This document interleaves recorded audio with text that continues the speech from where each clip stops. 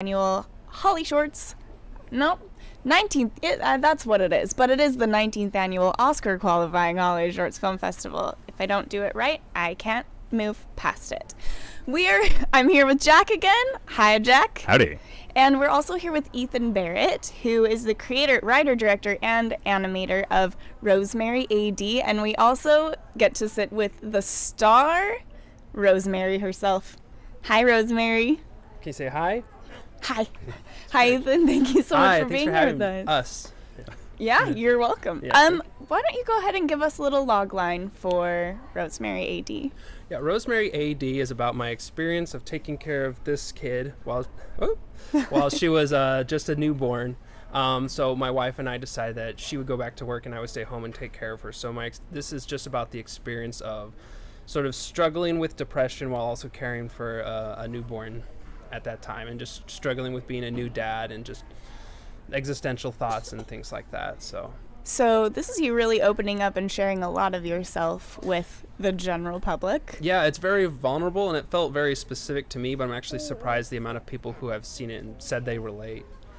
Yeah. Whether they're a dad or not, or ever even plan to have kids. So. Right. Cool. Yeah, it can be very scary and sometimes lonely feeling. Absolutely. Time of life.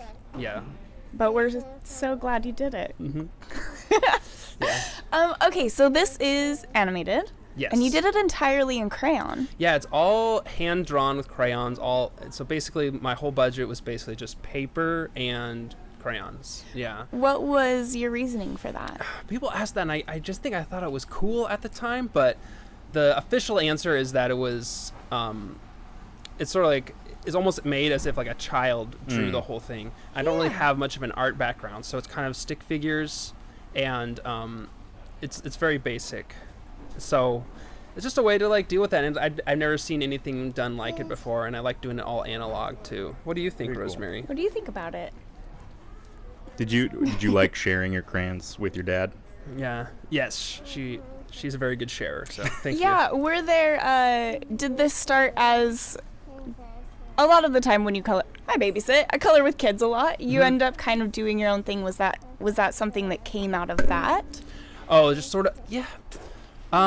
It's something that just came out of like the fact that I was with a kid all day, so I kind of just started thinking in that mindset. You know, I've always really liked thick black outlines, and I really like bright colors and stuff like that. So maybe it kind of just matched my sensibility of what I like to look for, and you know, just sort of like stripping down everything.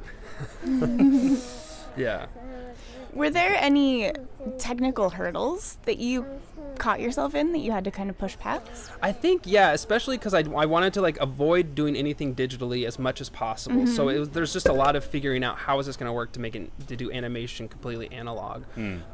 So it was almost, I still have the benefits of Photoshop if it comes down to it, but so it was almost like 1930s Disney animation that way, where I used just a top-down camera and took pictures. Almost sort of like cell animation, but I would say the most time-consuming part of the entire thing was actually coloring, because it just takes so long, and it really took a toll on my fingers. So yeah. Believe it or not, crayons aren't exactly the most ergonomic tool for you to be working with. It's hard to be like really detailed with crayons. So yes, did you employ a crayon sharpener? Yeah, I did. Yeah, so I went through a lot of them. I don't think I've ever actually like used an entire crayon before this film, so this is a first. Did you find I'm so deep into the crayon. Really, what were your tools? Don't go that far into crayons. Sounds great. Yeah. Did you find favorite crayons? Yeah, after a while I got tired of like the first, the basic 8, and so like I started branching out, because you can go much deeper than just violet. You can go into Burnt like sienna. Yeah. And there's the burnt, there's all sorts of siennas. Yeah, the burnt orange I really liked, and there's some like plum. So eventually, bye Rosemary. Bye. It was on so to our nice next interview. To have you here. She's busy. Thank you for coming. Press junkets, man. We were lucky to have her while we did. Busy. But definitely, I started getting more of the 64 packs eventually. Yeah, and then not just using plain yellow, but also using goldenrod and dandelion. So. And what in terms of like technique, did you fall into any sort of groove of like holding it in a specific way? I'm also curious. Yeah, that's a good question. It's sort of like you do the black outline first, and then you kind of fill it in around that outline because you don't want to smear, because it smears so easily. And then you just kind of fill in, depending how big it is, you can kind of just go diagonally, or you can, do the circles.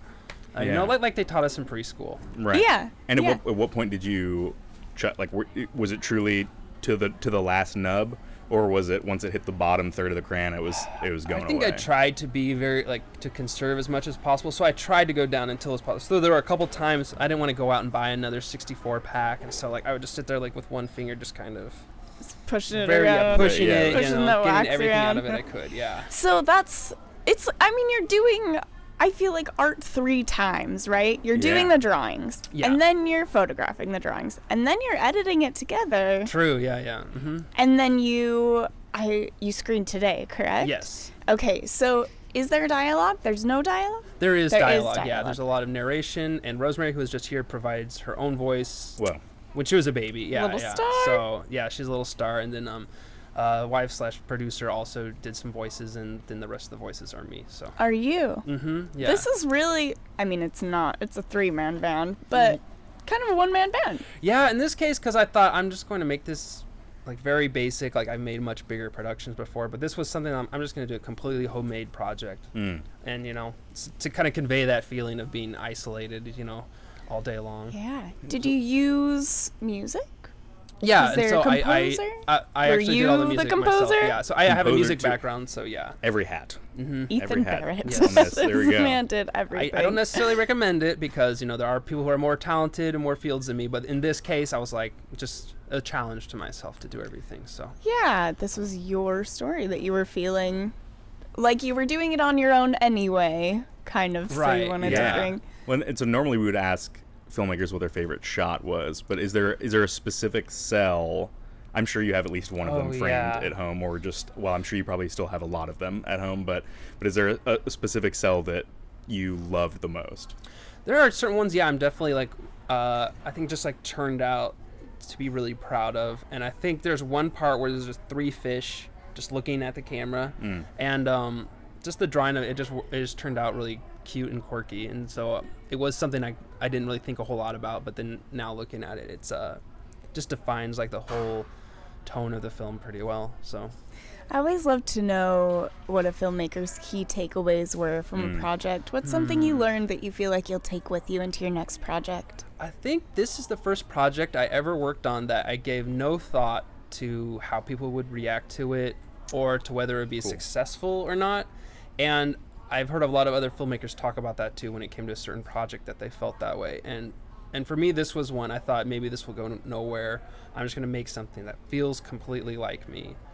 And I thought the animation field industry would basically shun this film because it's so basic. But no, I found the animation industry to be so just supportive and just, It's the very root of animation itself. One of the first animated films, Phantasmagoria, is that it's not crayon, but it is essentially the same exact setup. It's the origin story. Yeah, that's cool. And this is your first foray into animation, correct? Yeah, it's my first hand-drawn animation. I did a few stop-motion things before, but this was the first ever hand-drawn thing. Yeah. How wonderful to have your project be so well accepted and to feel like fingers everyone crossed, likes it. That's wonderful. Yeah. Well, congratulations, Ethan. That is amazing. Today you screen at noon. Right now. Yeah, you I'm screen going right from here to the screen. You're headed right down there. So if you're here at the festival, go ahead and catch that. It's here. It's right now. It's downstairs. Bring if your you're crayons. not, bring your crayons. Bring your children. They might love it, actually. If you're not here and you still want to watch it, which you should, bitpixtv.com. Thanks for coming, everyone. Thanks for having me, guys. Ethan. Pleasure to have you. See you next Bye. time. This has been another episode of the Cinematography for Actors podcast. Follow us on wherever you listen to your podcast to keep up to date on new episode releases. We will be live through August 20th here at HollyShorts Film Fest. If you're here, drop in and say a little hello at the VIP lounge. We also want to thank our sponsors, Apogee, Film Tools, Roscoe, Lightstone Rentals, Canon, and First Mile Tech. As a special gift to you listeners, we've partnered with We Make Movies to get you a discount on comprehensive production insurance packages. Use code CFA23 on your intake form for 10% off your quote by visiting wemakemovies.org/insurance. If you missed any of our live streams, you can watch all of our interviews on our YouTube channel, Cinematography for Actors. And make sure you follow us on Instagram at Cinematography for Actors. You can also catch us in a more formal setting on Monday, August 14th at Japan House for a panel discussion on the importance of bridging the gap between talent and crew. You can get 20% off of your ticket purchase by using the code HSFF2023CFA at checkout. Thanks.